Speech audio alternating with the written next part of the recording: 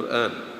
আর এই কারণে দুটো বিষয় রয়েছে, আর সিয়ামু আল কোরআন ও ইউশাফাআন, কিয়ামতের দিন সিয়াম এবং কোরআন আল্লাহর কাছে সুপারিশ করবে এবং সেটা কবুল করা হবে। আর এই কারণে আপনারা খেয়াল করে দেখবেন, আমাদের সালাফ যারা সালাফে সালেহিন, সাহাবায়ে কেরাম, আইম্মায়ে ইজাম, মুজতাহিদিন কেরাম, এরা লেখাপড়া বাদ দিতেন, রমজান মাসে সিরফ কোরআন পড়তেন। ইমাম আহমদ বিন হাম্বল তিনি একাই 10 লক্ষ হাদিসের হাফেজ, তাতে হাদিস পড়াই দিন রাতের সাধনা। রমজান আসলেই সব বন্ধ, খালি কোরআন পড়ুন, খালি কোরআন। ইমাম মালিক সব বন্ধ, ফতোয়া ফরাজ লোক তো নিচে আসবে, তৎক্ষণ ইমাম দারুল হিজরা, সারা পৃথিবীর লোক তাকে ফতোয়া নিতে আসে, সব বন্ধ। রমজান মাস সব বন্ধ, এই মাস সিরফ কোরআনের মাস, সিরফ কোরআন পড়তেন। এমনকি অত্যাচারী শাসক হাজ্জাজ বিন ইউসুফ, যাকে কসাই বলা হয়, সে পর্যন্ত শিকি কোরআন পড়তে প্রতি রাত্রিতে শিকি, এত কোরআনের পাওয়া তুলে, কোরআন ছাড়া তাদের কোনো দিন কাটত না। ইমাম মালিক, ইমাম আহমদ, ইমাম শাফি, আমি মুস্তাহিদিনের কথা বলছি। আর খলিফাদের তো সাহাবীদের তো তুলনা হয় না। সবসময় দেখলে একটু একজন সাহাবীর নাম তো বললাম, আব্দুল আমর ইবনে আস, তিনি প্রতিদিন কোরআন খতম করতো। আল্লাহ না, খবরদার 3 দিন এরকম হবে না। যারা তোমার হাফেজ আছো তোমাদের বলছে, বাবা হেফজের মতন এই নিয়ামত যেন তোমার সিনা থেকে বেরিয়ে না যায়। অসংখ্য হাফেজ আছে, হয়তো একসময় হেফজ করেছিল, এখন সব ভুলে গেছে। খুবই কঠিন গুনাহের কাজ এই হেফজ, কিয়ামতের দিন তোমার মুক্তির কারণ হবে। আল্লাহ পাক সেদিন বলবেন, এই হাফেজ আদিকে আসো, কোরআন পড়ো, তারতিলের সাথে, হাদার সঙ্গে নয়। ধীরে ধীরে যেভাবে কোরআন পড়তে তুমি দুনিয়াতে, সেইভাবে কোরআন তেলাওয়াত করো, করতে থাকো, করতে থাকো, করতে থাকো। যেখানে যে তোমার মুখস্থ বন্ধ হয়ে যাবে, তেলাওয়াত বন্ধ হয়ে যাবে, সেইখানেই তোমার সর্বোচ্চ মর্যাদা নির্ধারিত হবে। সুবহানাল্লাহ। এই মর্যাদা কোনো আলেমের নেই, কোনো আবেদের নেই, এই মর্যাদা হাফেজের আছে। আমাদেরকে মন চায় না আমাদের সন্তানরা হাফেজ হয়ে যাক, ছেলে মেয়ে সবাই হাফেজ হোক, তারপর সে অন্য কিছু করুক। আমরা নওগাঁ জেলখানা থাকতে কুয়েত থেকে আল ফুরকান পত্রিকা আমার কাছে পাঠানো হয়েছিল মার্কাজ থেকে। পত্রিকা দেখলাম একটা খবর দিয়েছে, খবরটা বারবার বলি সবাইকে। পৃথিবীর সবচেয়ে বড় কারাগার কোনটা? ফিলিস্তিন না? পৃথিবীর সবচেয়ে বড় কারাগার ফিলিস্তিন। সেখানকার মানুষের কোনো মানবাধিকার নাই। অথচ সেইখানে 2005 সালে ওই রিপোর্ট আমি দেখলাম, 40,000 বাচ্চা কোরআনের হাফেজ হয়েছে ওই বছরে। কল্পনা করতে পারেন কয়জন মানুষ সেখানে প্রতি মুহূর্তে বোমবাঙ্গের মধ্যে তারা বসবাস করে, প্রতি মুহূর্তে মৃত্যুর সঙ্গে তারা মোকাবেলা করছে। এই বেঁচে আছে, হয়তো একটু করে মারা যাবে।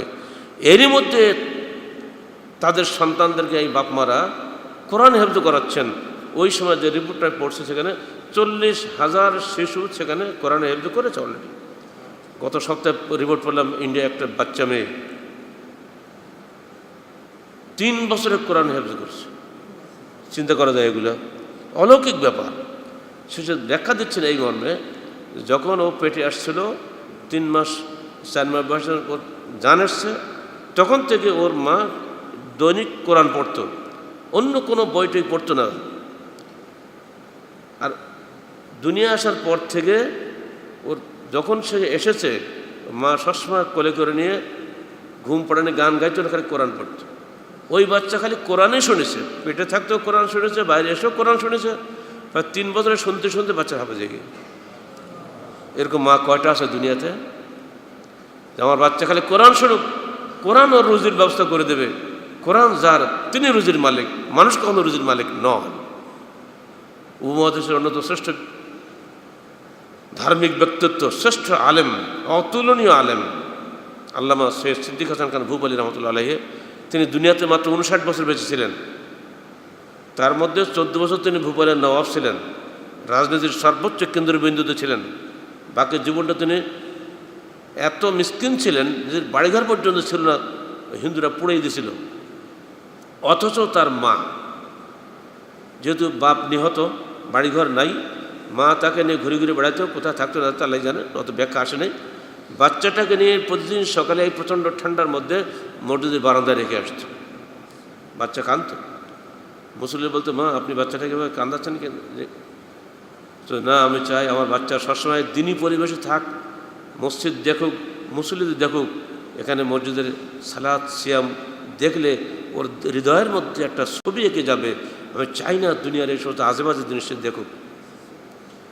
এই মায়ের সন্তান বলেই তো ওই সন্তানটি পরবর্তীকালে বিশ্ব ইতিহাসে তাক লাগানো সন্তান হয়েছে, যিনি 222খানা গ্রন্থের লেখক এবং শুধু তফসিরুল কোরআন যিনি লিখছেন, মাকাসিদুল কোরআন।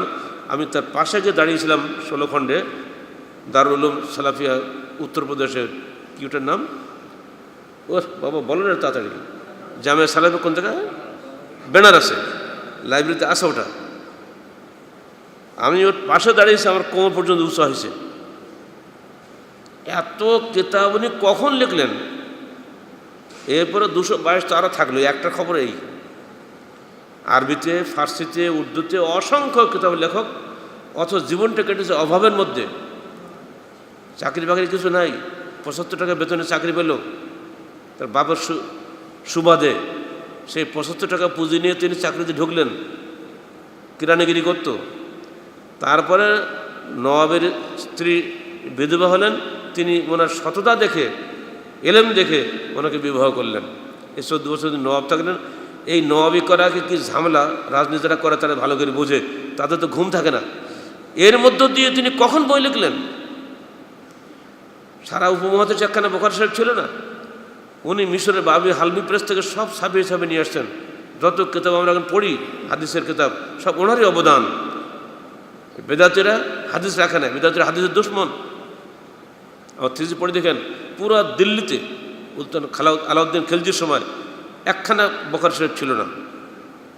আল্লামা হজ্জতুল্লাহ বালেগেলে হককে শাহুল্লাহ দহলি রহমতুল্লাহ আলাইহি, ওনার আব্বা শাহ আব্দুর রহিম, যিনি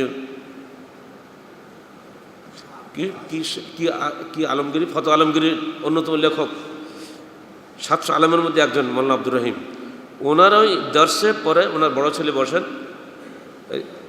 শাহ আব্দুল আজিজের দর্শে মাত্র একখানা বোখারি শরীফ ছিল, পৃষ্ঠা খুলে খুলে ছাত্রদেরকে দিতেন, একটা পড়ো তুমি একটা পড়ো করে আবার যাওয়া আসা ব্যাক করে দিতেন। পুঁজিপাটা সারা ভারতে একখানা বোখারি শরীফ, শাহ আব্দুল আজিজের সময়, অর্থাৎ শাহুল মোহাম্মদ বড় ছেলে। সে কবে? 200 বছর আগে।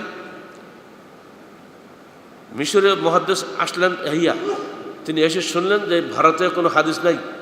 তখন তিনি সুলতান আলাউদ্দিন লিখলেন যে তোমার দেশে হাদিস উঠে গেছে, বিধায় আমি মিশর থেকে ভারতে পা দিয়েও এখান থেকে ব্যাক করলাম। সারা ভারত 20-42 জন আলেম ছিল তখন, কেউ হাদিস পছন্দ করতেন না। হাদিস তাহলে মযহাব থাকে না। পরিষ্কার করে দিল, ওই কি ওনার নাম, হাদিস নিজামউদ্দিন আউলিয়া, যাকে আমরা আউলিয়া বানাচ্ছি এখন। উনি তো আসলে আউলিয়া না, উনি তো মুহাদ্দিস, মাশারকুল আনোয়ারের মুহাদ্দিস উনি, বুখারী মুসলিমের মুহাদ্দিস উনি। উপমহাদেশে একজনই মাত্র মুহাদ্দিস আছেন বুখারী মুসলিমের, আর তাকে বানাইছে আউলিয়া, তাকে পূজা করছি আমরা।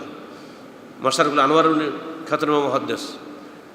সেখানে মাশারকুল আনোয়ার মানে সেরে বুখারী মুসলিম হাদিসগুলো সেখানে জমা করা আছে, উনি এটারই মুহাদ্দিস ছিলেন।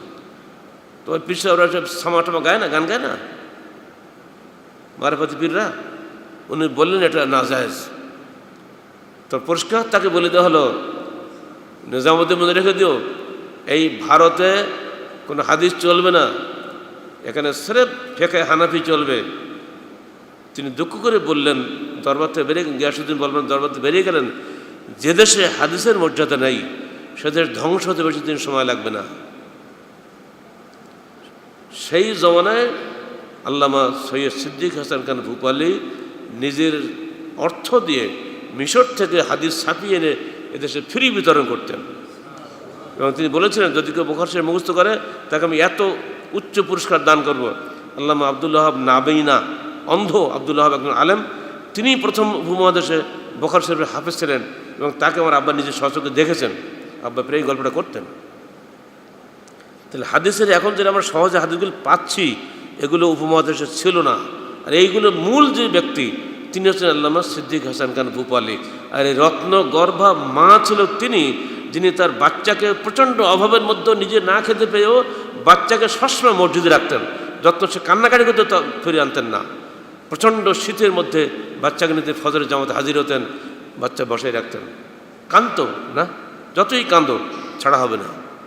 অনেক এই সমস্ত মায়ের গর্ভেই এরাই হলো রত্ন গর্ভা, ছেলে ব্যারিস্টার, এক ছেলে ডাক্তার, এক ছেলে মাস্টার, এরা রত্নগর্ভা নয়। যে ছেলে দিনদার, যে ছেলে হাফেজ, যে ছেলে আলেম, তার মাই হলো রত্নগর্ভা। আলেম বা আমল হতে হবে, আলেম বেআমল হতে হবে না। মনে রাখবেন, আলেম তিন শ্রেণীর। একদল আলেম বেদাতের আহ্বায়ক এবং সহযোগী, তাদের মধ্যে বেদাতের প্রসার লাভ ঘটে।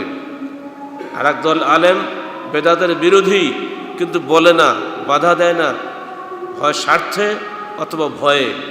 এদের কারণে বেদাতগুলো সমাজে স্থান লাভ করে, শিকড় গাড়ি বসে আছে। আর একদল আলেম যারা বেদাতের বিরোধী, কিন্তু বেদাতের বিরুদ্ধে বলেন, জনমত সংগঠন করেন, বেদাতের সঙ্গে আপোষ করেন না। এদের সংখ্যা কম, কিন্তু এদের কারণেই দুনিয়াতে হক আজ পর্যন্ত বেঁচে আছে এবং কিয়ামত পর্যন্ত থাকবে ইনশাআল্লাহ। আল্লাহ পাক আমাদেরকে এই হকপন্থী আলেমদের অন্তর্ভুক্ত করুন, আল্লাহুম্মা আমিন। আল্লাহর পক্ষ থেকে একজন অদৃশ্য